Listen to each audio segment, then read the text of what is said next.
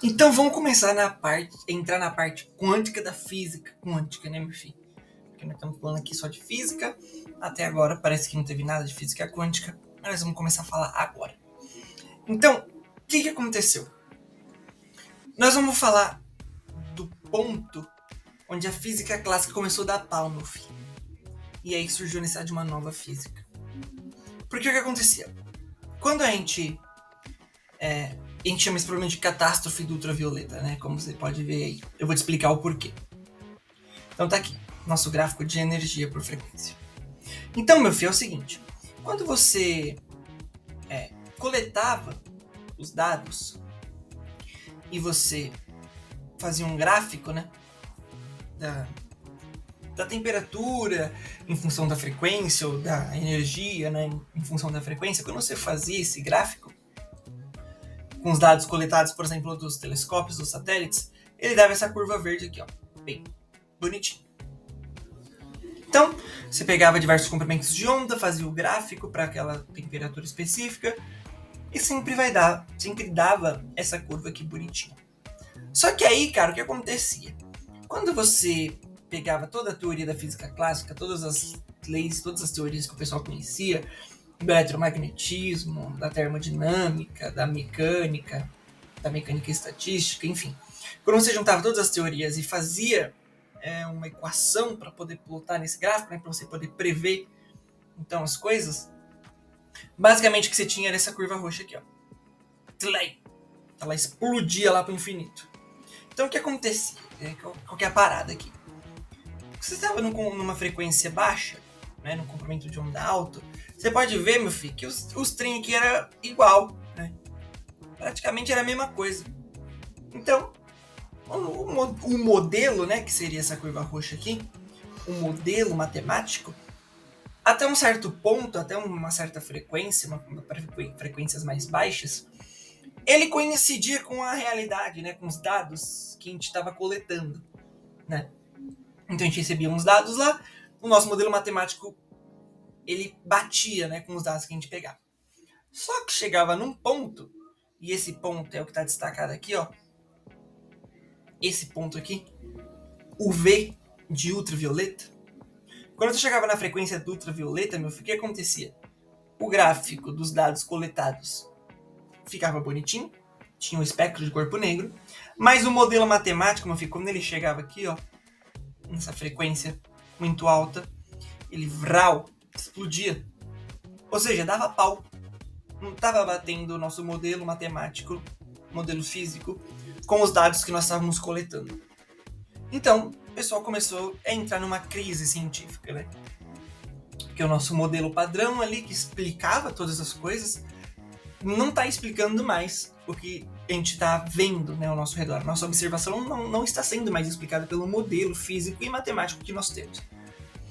Então, e aí, meu filho, o que será? O que será que aconteceu? Será que os dados estão errados?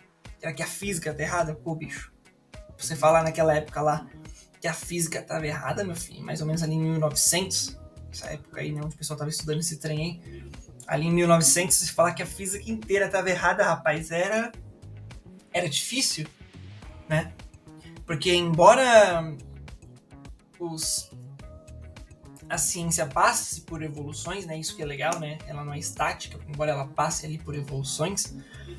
Você desafiar um paradigma, né? Ou seja, uma ideia que é sólida, você desafia ali uma física que já está totalmente estabelecida, que já passou por diversos testes de falsibilidade, ou seja, uma ciência que foi testada muitas vezes e que ela nunca tinha dado pau.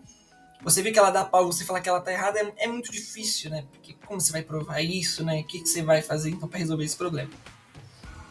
Então, isso foi o que aconteceu. Essa catástrofe do ultravioleta, ou seja, quando a frequência da radiação chegava próximo da frequência do ultravioleta, nosso modelo clássico que nós tínhamos já não condizia mais com os dados que nós estávamos coletando. Então, por isso nós chamamos de catástrofe do ultravioleta. Beleza? Sacou? Então, quando chegava no perto do ultravioleta, nosso modelo, nossa ciência falhava. E aí, meu filho, o que aconteceu então? Em 1900, um cara chamado Planck, bichinho famoso, Planck, em 1900, ele estudou esse trem aí e tentou adivinhar, né? Não adivinhar, né? Mas tentou descobrir por que estava dando errado. Então, basicamente, o que acontecia? O Planck, ele tentou, de alguma maneira, fazer as contas fecharem. Então, a tentativa dele, né? Isso é até interessante que ele mesmo dizia isso, era um artífice matemático.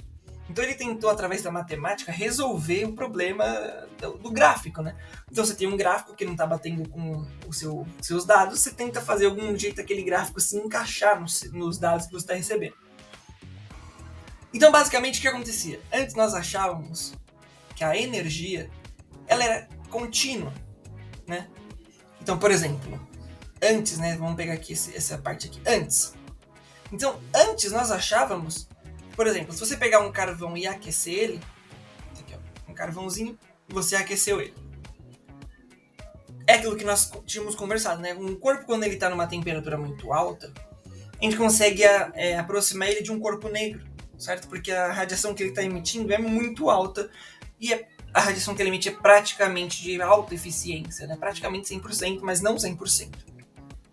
Então a gente consegue aproximar um corpo com temperaturas muito altas a um corpo negro. Então, basicamente nós achávamos que a energia desse carvão, a energia total que ele está emitindo, né?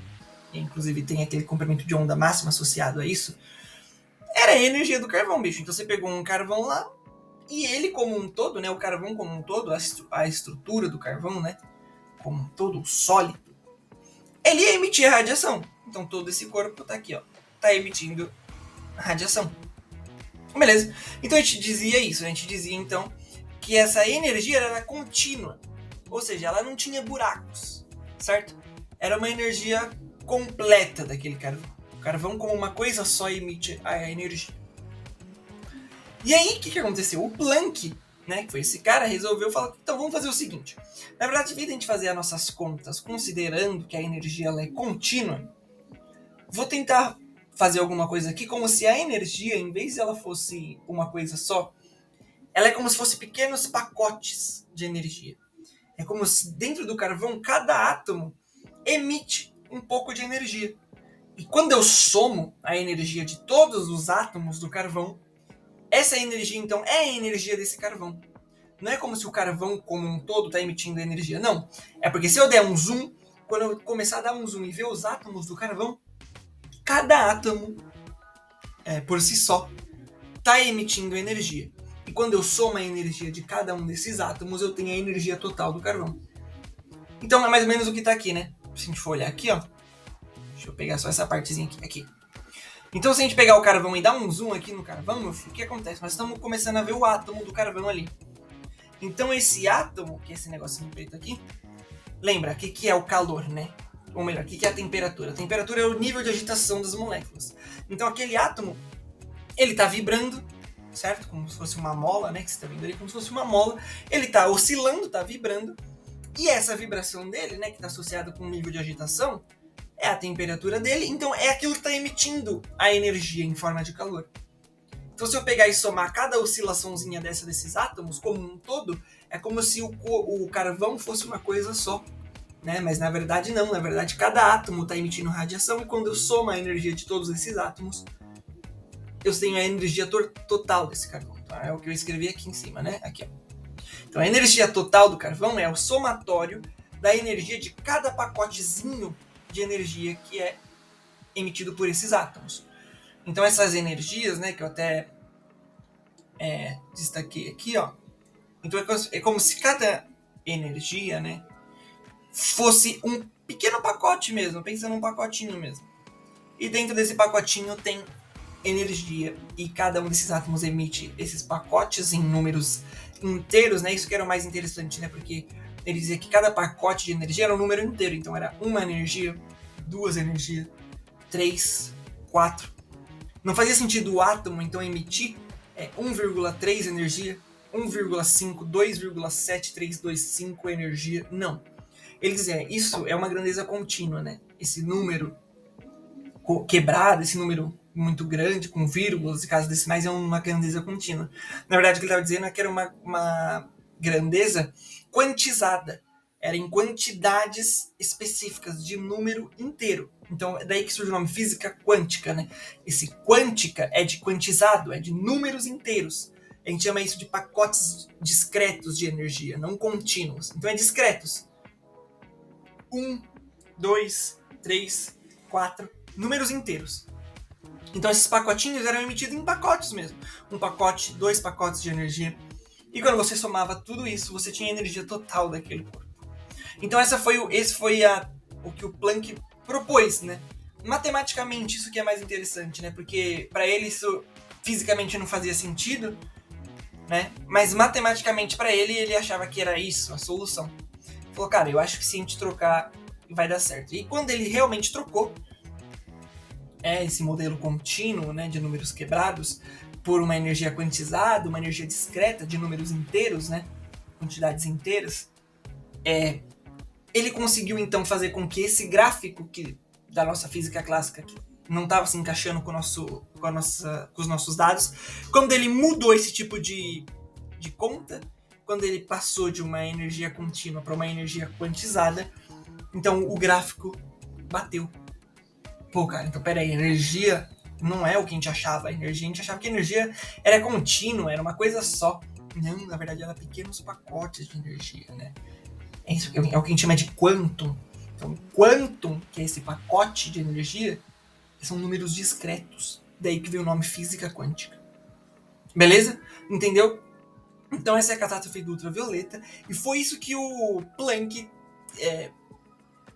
sacou, né? Foi o que ele deu de ideia para poder sair desse problema. E realmente, depois que ele teve essa sacada matemática, né? Um artífice puramente matemático, porque fisicamente para ele não fazia sentido, ele não queria acreditar que era assim, porque não fazia sentido, não batia com tudo que a gente já sabia da física. Então, quando ele resolveu mudar esse tipo, né? Então, em vez de eu dizer que a energia total era a energia do carvão, então eu vou dizer que a energia total, na verdade, é a somatória, né? A soma de cada pacotezinho de energia de cada átomo. Então, daquele carvão, daquele corpo, enfim. Você entendeu, né? Então era mais ou menos isso que o Planck propôs pra gente resolver o problema.